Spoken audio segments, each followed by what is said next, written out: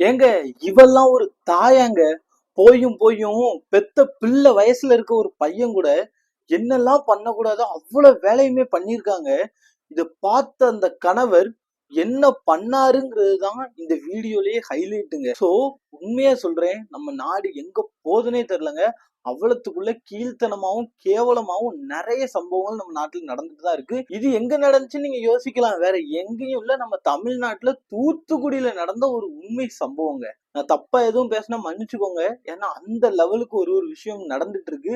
அது என்ன ஏதுன்னு நான் இந்த வீடியோல டீட்டெயிலா சொல்றேன். இந்த வீடியோவை கடைசி வரைக்கும் பாருங்க. அப்போதான் உங்களுக்கும் தெரியும் நம்ம நாட்டுல இப்படிப்பட்ட ஆட்கள்லாம் இருக்காங்களா அப்படின்னு சொல்லிட்டு. வாங்க அது என்ன ஏதுன்னு சொல்லிட்டு பாத்துடலாம். அதுக்கு முன்னாடி நீங்க இந்த வீடியோவை எந்த ஊர்ல இருந்து பாத்துட்டு இருக்கீங்க அப்படிங்கறத கமெண்ட் பாக்ஸ் சொல்லுங்க. நானும் தெரிஞ்சுக்கிறேன் யார் யார் எந்தெந்த ஊர்ல இருந்தெல்லாம் நம்ம வீடியோ பாக்குறீங்கன்னு சொல்லிட்டு. சோ இப்ப வாங்க அங்க என்ன நடந்துச்சுங்கிறத பாத்துடலாம். தூத்துக்குடி மாவட்டத்துல ஒரு சின்ன கிராமத்தை சேர்ந்தவர் தாங்க சண்முகம். இவருடைய வயதுன்னு பாத்தீங்கன்னா 58 வயதுங்க.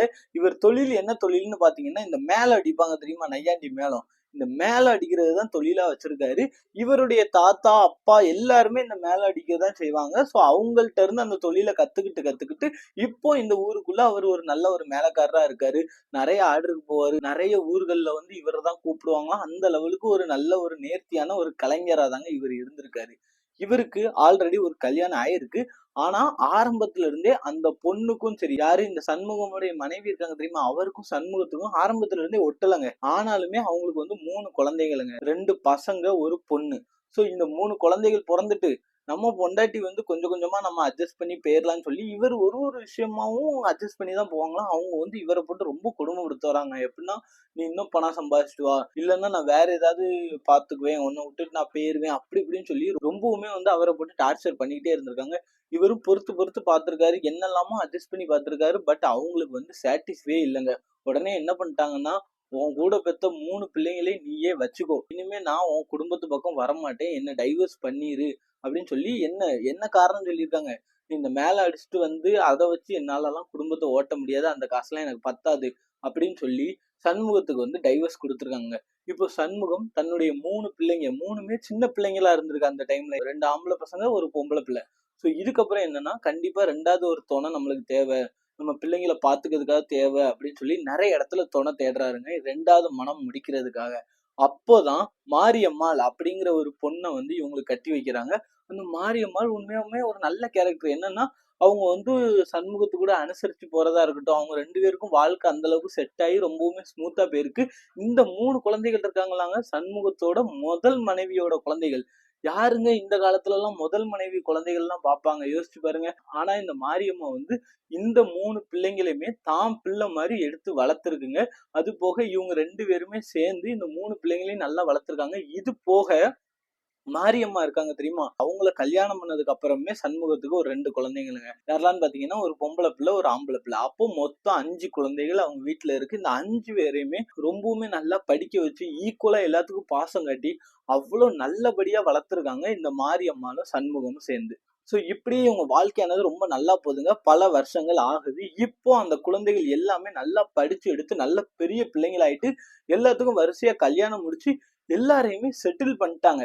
ஆனா இந்த கடைசி பையன் இருக்கான் தெரியுமா, அவனுக்கு மட்டும் இன்னும் கல்யாணம் ஆகல. ஆனா வெளியூர்ல வேலை பார்க்கறான். சோ என்ன பண்ணுவான், அடிக்கடி வீட்டுக்கு வந்து அப்பா அம்மா வந்து பாத்துட்டு போவானாங்க.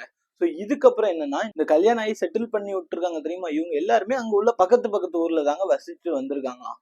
சோ இதுக்கப்புறம் பாத்தீங்கன்னா இவங்களுக்கு வந்து பேரம்பேத்தி லெவலுக்கு பெய்யாச்சான். யாருக்கு, சண்முகத்துக்கும் மாரியம்மாளுக்கும். சோ இதுக்கப்புறம் என்ன ஆகுது அப்படின்னு பாத்தீங்கன்னா, இவங்க 2 பேர் மட்டும் தாங்க கிராமத்துல இருக்காங்களாம். அந்த தூத்துக்குடி பக்கத்துல உள்ள சின்ன கிராமத்துல. வேற எல்லாருமே வந்து குடும்பத்தோட வெளியூர்ல செட்டில் ஆயிட்டாங்களா. அப்பப்ப அப்பா அம்மாவை பாக்குறதுக்கு வருவாங்களாம், போன் அடிச்சு பேசிப்பாங்களாம். இப்படிதான் இவங்களுடைய குடும்பம் போயிட்டு இருக்கு. ரொம்பவுமே நல்லாதாங்க போயிட்டு இருக்கு. ஒரே ஒரு மனுஷனுடைய என்ட்ரிக்கு அப்புறமா இந்த குடும்பத்தோட நிலைமையே டோட்டலா சேஞ்ச் ஆயிட்டு அப்படின்னு நாங்க சொல்லி ஆகணும். அது யாருன்னு பாத்தீங்கன்னா, ராமமூர்த்திங்க. அவருக்கு வந்து 28 வயசு. அதாவது இந்த மாரியம்மாள் சண்முகம் இருக்காங்க தெரியுமா, அவங்களுடைய மகன் வயசுங்க அந்த ராமமூர்த்திக்கு. அப்போ சரிடா, இவன் வந்துட்டு இவங்க வாழ்க்கையில என்ன மாறுச்சு அப்படின்னு நீங்க யோசிக்கலாம். அதை தான் நான் இப்ப சொல்ல போறேன். என்னாச்சுன்னா, இந்த சண்முகம் இருக்காரு தெரியுமா, அவருக்கு வந்து மேல அடிக்கிறது மட்டுமே தொழில் கிடையாதுங்க. ஊர்லயுமே விவசாய பூமி வச்சு விவசாயமும் பார்த்துட்டு இருக்காருங்க. சோ அங்க ஆர்டர் இல்லாத நேரத்துல, அதாவது சில நாட்கள்ல வந்து ஆர்டர் இருக்கும், சில நாட்கள் ஆர்டர் இருக்காது. ஆர்டர் இல்லாத டைம்ல இங்க வந்து விவசாயமும் பார்த்துப்பாரு.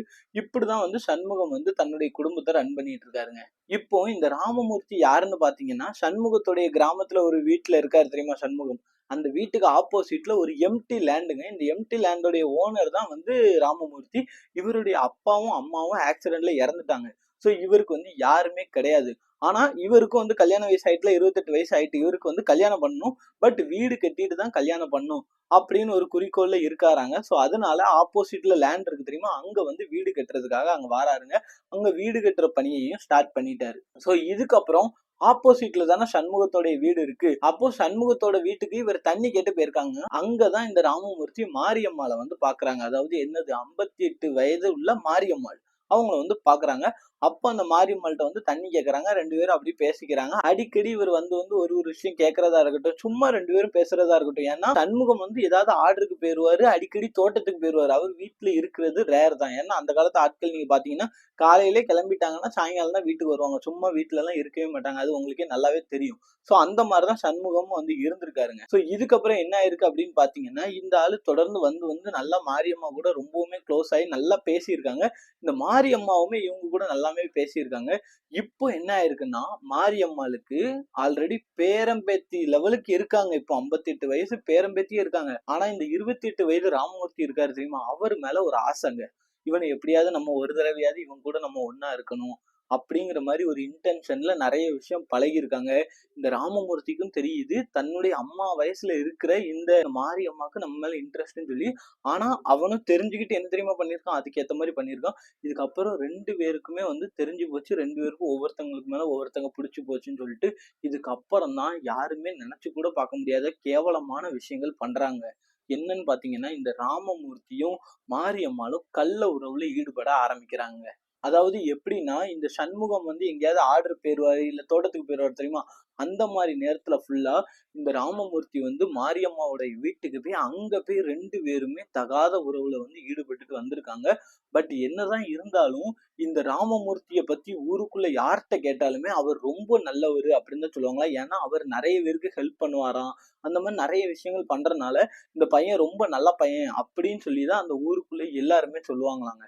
அப்போ இவனுடைய பேர் கெட்டு போயிடக்கூடாது. யாரு, ராமமூர்த்தியோட பெயர். அதனால இந்த ராமமூர்த்தி என்ன பண்றாருன்னு பாத்தீங்கன்னா, அதிகாலை 2 மணி டு 4 மணி, அதாவது யாருமே இருக்க மாட்டாங்க தெரியுமா, அந்த மாதிரி டைம்ல தான் இந்த மாரியம்மாள் வீட்டுக்கு போய் உடல் உறவுல ஈடுபடுவாராங்க. சோ அப்ப அந்த டைம்ல சண்முகம் எங்க போவாரு அப்படின்னு நீங்க யோசிக்கலாம். மேக்சிமம் வந்து சண்முகம் வந்து கோயில் கூட எதுக்காவது கொட்டடிக்க போயிருவாரு. அப்போ அங்க மேல அடிச்சா சாம கூட அந்த மாதிரிலாம் இருப்பாரு. பல நாட்கள் அங்க இருக்கிற மாதிரி இருக்கும். ஒரு 3 நாள் 4 நாள்லாம் இருக்கிற மாதிரி இருக்கும். அது போக இவர் தோட்டம் வச்சிருக்காரு தெரியுமா, தோட்டத்துக்கு தண்ணி பாய்க்கிறதுக்கு அதிகாலையிலே எந்திரிச்சு கிளம்பிடுவாராங்க. சோ இவர் இல்லாத சமயம் ஃபுல்லா அதிகாலையில இந்த மாதிரி தப்பான வேலைகள் எல்லாமே 2 பேரும் பார்த்திருக்காங்க. அதுக்கப்புறம் என்னன்னா, இந்த சண்முகம் வீட்டுல இருப்பாரு தெரியுமா, இந்த சண்முகம் வீட்டுல இருக்கும்போது மத்தியானம் போல தோட்டத்துக்கு போறாங்க. அப்போ மத்தியான டைமுமே இவர் வந்து 2 பேரும் வந்து உல்லாசமா இருப்பாங்களாம். இந்த மாதிரிதான் இந்த சம்பவமானது நடந்திருக்கு. இப்போ ஊர்க்காரங்க எல்லாத்துக்குமே என்ன ஒரு விஷயம் தெரியுது அப்படின்னா, இந்த ராமமூர்த்தி வந்து அடிக்கடி இந்த மாரியம்மாள் கிட்ட போய் பேசுறதா இருக்கட்டும், இந்த மாதிரி நிறைய விஷயங்கள் ஊர்க்காரங்களே கவனிக்கிறாங்க. பட் என்னதான் இருந்தாலும் ஒரு அம்மா மகன் உறவு மாதிரிதான் ஊர்க்காரங்க கண்ணுல பட்டிருக்கு. ஏன்னா இவங்களுக்கு 58 வயது, இவங்களுக்கு 28 வயது. அப்போ இது வந்து அம்மா மகன் உறவு தான். ஏதாவது ஹெல்ப்னா வந்து பண்ணிப்பாரு போல. அந்த மாதிரிதான் ஊர் மக்கள் எல்லாருமே நினைக்கிறாங்க. ஆனா இவங்க 2 பேரும் பண்ற வேலைகள் யாருக்குமே தெரியல. ஒரு கட்டத்துக்கு மேல என்ன ஆகுது அப்படின்னா, இவர் வந்து வயல்ல வேலை பார்த்துட்டு இருக்காரு. யாரு, சண்முகம். அப்போ சண்முகத்துடைய கொஞ்சம் தெரிஞ்சவங்க ஃப்ரெண்ட்ஸ் எல்லாம் டைரக்டா சண்முகத்தை வந்து பார்த்துட்டு, சண்முகம் உனக்கு ஊருக்குள்ள நடக்கிறதெல்லாம் தெரியுதா இல்லையா அப்படிங்கிற மாதிரி கேக்குறாங்க. அப்ப சண்முகம் கேக்குறாரு, என்னென்ன சொல்றீங்க, என்ன விஷயம் அப்படிங்கும்போது, உன்னுடைய மனைவி பெயர் வந்து ஊருக்குள்ள கெட்டு போய் கிடக்கு. அந்த ராமமூர்த்திங்கிறவன் எதுக்கு அடிக்கடி உங்க வீட்டுக்கு வரான், அவனுக்கு உங்க வீட்டுல என்ன வேலை, அதுவும் உன் மனைவி அவனும் அடிக்கடி சிரிச்சு சிரிச்சு பேசிட்டு இருக்காங்க, நீ ஊர்ல இல்லாத நேரம்லாம் அவன் உங்க வீட்டுலதான் இருக்கான். இதை வந்து கண்டிச்சு வை. பேரம்பேத்தி எடுத்தாச்சு, உனக்குன்னு ஊருக்குள்ள ஒரு மானம் மரியாதை இருக்கு. உன் பொண்டாட்டியை பத்தி எல்லாரும் தப்பு தப்பா பேசுறாங்க. இந்த 28 வயசு பையன் கூட உன் பொண்டாட்டிக்கு வந்து கள்ள உறவு இருக்கு, கள்ள தொடர்பு இருக்குன்னு எல்லாரும் வந்து சொல்றாங்க.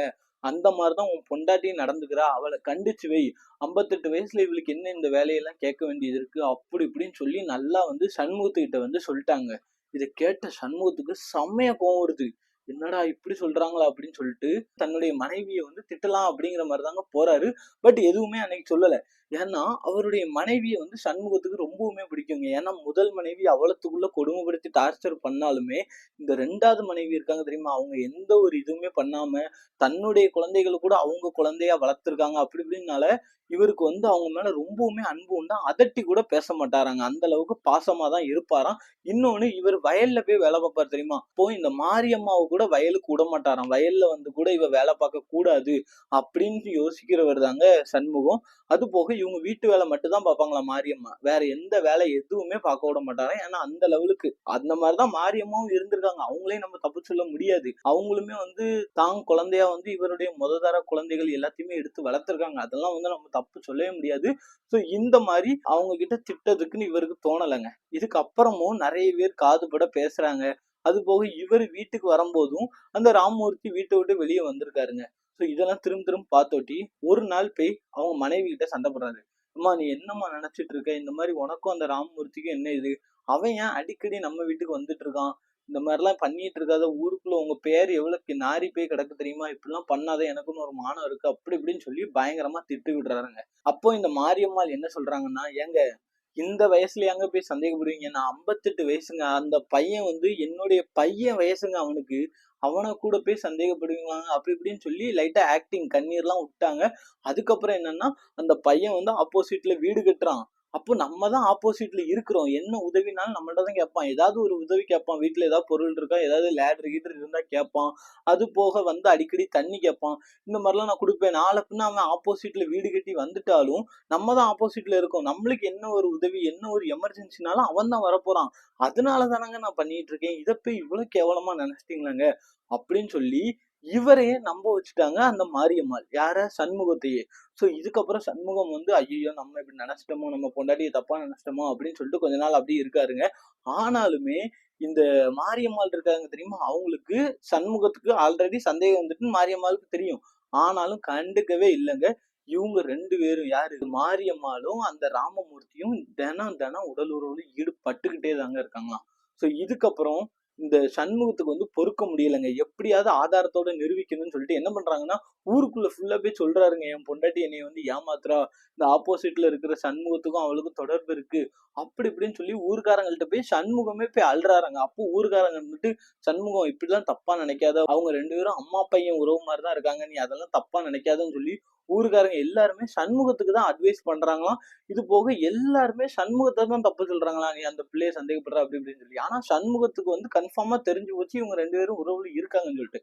அப்போ ஆதாரத்தோட நம்ம பிடிக்கணும், அந்த ஆதாரத்தை ஊர் முன்னாடி காட்டி இவளை நம்ம நிரூபிக்கணும் அப்படின்னு சொல்லிட்டு சண்முகம் நேரா டவுனுக்கு போறாருங்க.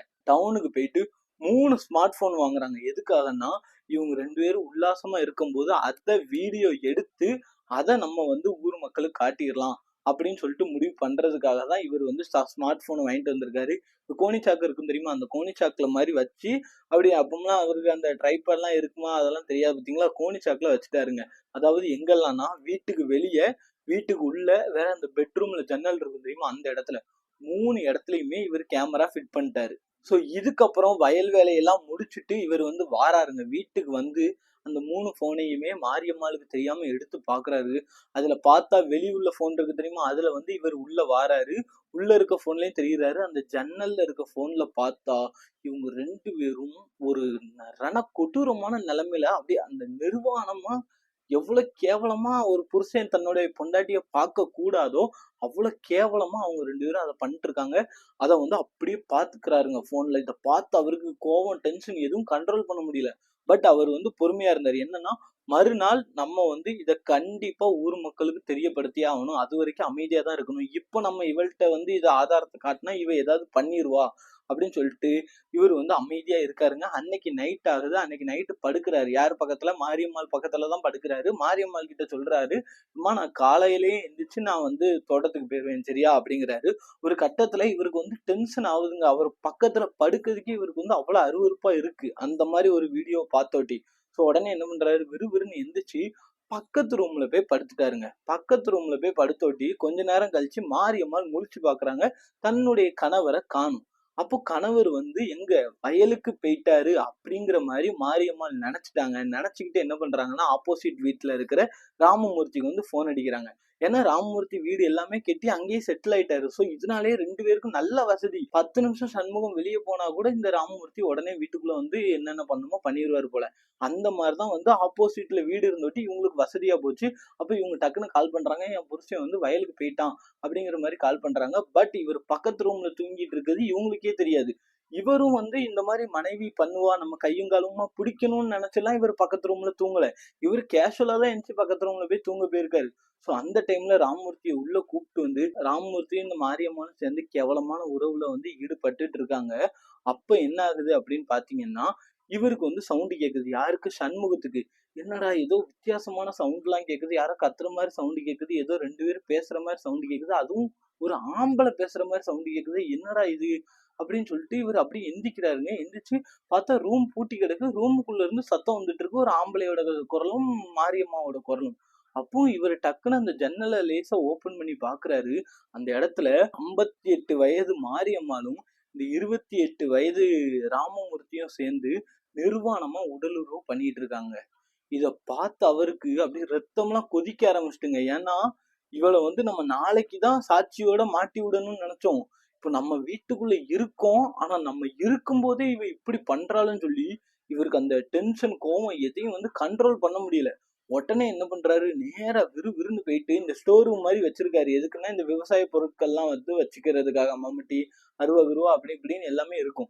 அங்க இருந்து அருவாளை எடுக்கிறாருங்க. அருவாளை எடுத்துட்டு நேரா போய் கதவை ஒரு மிதி மிதிக்கிறாரு. உள்ள பார்த்தா நிர்வாணமா உடலுறவு பண்ணிட்டு இருக்காங்க மாரியம்மாளும் ராமமூர்த்தியும். இவர் நேரா போறாரு. அந்த கோவத்துல இவங்க 2 பேருக்கும் ரியலைஸே பண்ண முடியல. ஐயோ, இவர் தோட்டத்துக்கு போயிருக்காருலாம் நினைச்சோம், இவர் என்ன இப்போ வந்துட்டாருன்னு சொல்லி இவங்களால ரியலைஸே பண்ண முடியல.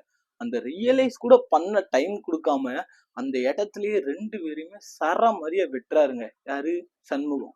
சரமாரியா வெட்டினதுல சம்பவ இடத்திலேயே நிர்வாணமான நிலைமையில அந்த மாரியம்மாளும் சரி ராமமூர்த்தியும் சரி இறந்துட்டாங்க. சோ இவர் உடனே என்ன பண்றாரு, இவர் கொஞ்ச நேரம் கழிச்சுதான் இவருக்கே புரியுது, ஐயோ நம்ம இப்படி ஒரு விஷயம் பண்ணிட்டோமேன்னு சொல்லிட்டு ஸ்ட்ரெயிட்டா அந்த அருவாளோட போறாரு. எங்க? போலீஸ் ஸ்டேஷனுக்கு. போலீஸ் ஸ்டேஷன்ல போய் அந்த அருவாளோட சரண்டர் ஆகுறாருங்க. என்ன தெரியுமா சொல்றாரு, என்னுடைய மனைவிக்கும் இந்த பக்கத்து எய்த்த வீட்டு பையனுக்கும் ரொம்ப நாளா தொடர்பு இருந்துச்சு. எனக்கே தெரியும், ஊர் மக்கள்கிட்ட சொன்னேன், நம்பல. அதுக்காக ஆதாரம் ரெடி பண்ணி வச்சுட்டேன். மறுநாள் காலையில குடுக்கலான்னு பார்த்தா அதுக்குள்ள இவங்க 2 பேரும் இப்படி ஒரு விஷயம் பண்ணாங்க. என்னால அதை பொறுத்துக்க முடியல. அதனாலதான் போய் சரமாரியா வெட்டி கொன்னுட்டேன் அப்படின்னு சொல்லிட்டு போலீஸ்காரங்கள்ட்ட போய் சரண்டர் ஆகுறாங்க. போலீஸ்காரங்களும் அந்த வீடியோ ஆதாரம் எல்லாத்தையுமே பாக்குறாங்க. பார்த்தா அந்த வீடியோல எல்லாமே அப்படி இருக்குங்க. அவங்க 2 பேரும் என்னென்ன பண்ணாங்களோ எல்லாமே அப்படி இருக்கு. என்னதான் இவர் அப்பாவியா இருந்தாலும் இவர் கொலை பண்ணிட்டாரு. அதனால இவருக்கு தண்டனை கிடைச்சே ஆகணும்ல. அதனால போலீஸ்காரங்களுமே கைது பண்ணி ஜெயில அடைச்சிட்டாங்க. கோர்ட்ல வந்து கேஸுமே வந்து போயிட்டு இருந்திருக்கு அந்த டைம்ல. சோ அதுக்கப்புறம் இவரை வந்து சிறையிலையுமே அடைச்சிட்டாங்க. சோ இதுதான் தூத்துக்குடியில நடந்த ஒரு உண்மை சம்பவம். இந்த சம்பவத்தை பத்தி நீங்க என்ன நினைக்கிறீங்க அப்படிங்கிறத கமெண்ட் பாக்ஸ் சொல்லுங்க. ஏன்னா ஒரு உடல் தேவை, காம தேவைங்கிறது இந்த லெவலுக்கு அந்த வயசுல கூட இப்படி முத்தி போய் இருக்குமா அப்படிங்கிறது சத்தியமா எனக்கு தெரியலங்க. அந்த மாதிரிதான் வந்து இந்த சம்பவமானது நடந்திருக்கு. 1000 தான் இருக்கட்டுமேங்க, என்னவா வேணா இருக்கட்டும். 28 வயது, தன்னுடைய பிள்ளை வயசு, அவங்க கூட படுக்கும்போது தாம் பிள்ளை நினப்பு வராதா, தன் பிள்ளைக்கு இந்த வயசுன்னு சொல்லி. அதே மாதிரி தனக்கு ஒரு அம்மா இருந்தா இந்த மாதிரிதான் இருப்பாங்கன்னு சொல்லி அந்த 28 வயசு ராமமூர்த்திக்கும் வந்து தோணி இருக்கா பாருங்களேன். என்ன சொல்லனே தெரியலங்க. ஆனா உண்மையே சொல்ல போனா ஒன்னே ஒண்ணுதான். நம்மளுக்காக உண்மையா இருக்கிற சொந்தங்கள், அவங்க எல்லாரையும் நம்ம விட்டுட்டு காமோங்கிற எச்சைக்கு பின்னாடி நம்ம போனோம்னு வைங்களேன், கடைசியில அது ஒரு கிரைம்ல தான் போய் முடியும். அப்படிங்கிறது இந்த சம்பவம் உங்களுக்கு நல்லாவே புரிய வச்சிருக்கும். ஸோ இந்த வீடியோவை வந்து லைக் பண்ணுங்க, ஷேர் பண்ணுங்க, அண்ட் முக்கியமா நம்ம சேனலை வந்து சப்ஸ்கிரைப் பண்ணிக்கோங்க. அண்ட் இன்னொரு ஒரு இன்ட்ரெஸ்டிங் கிரைம் ஸ்டோரியில உங்களை வந்து சந்திக்கிறேன். அதுவரை உங்களிடமிருந்து விடைபெறுகிறேன். வணக்கம்.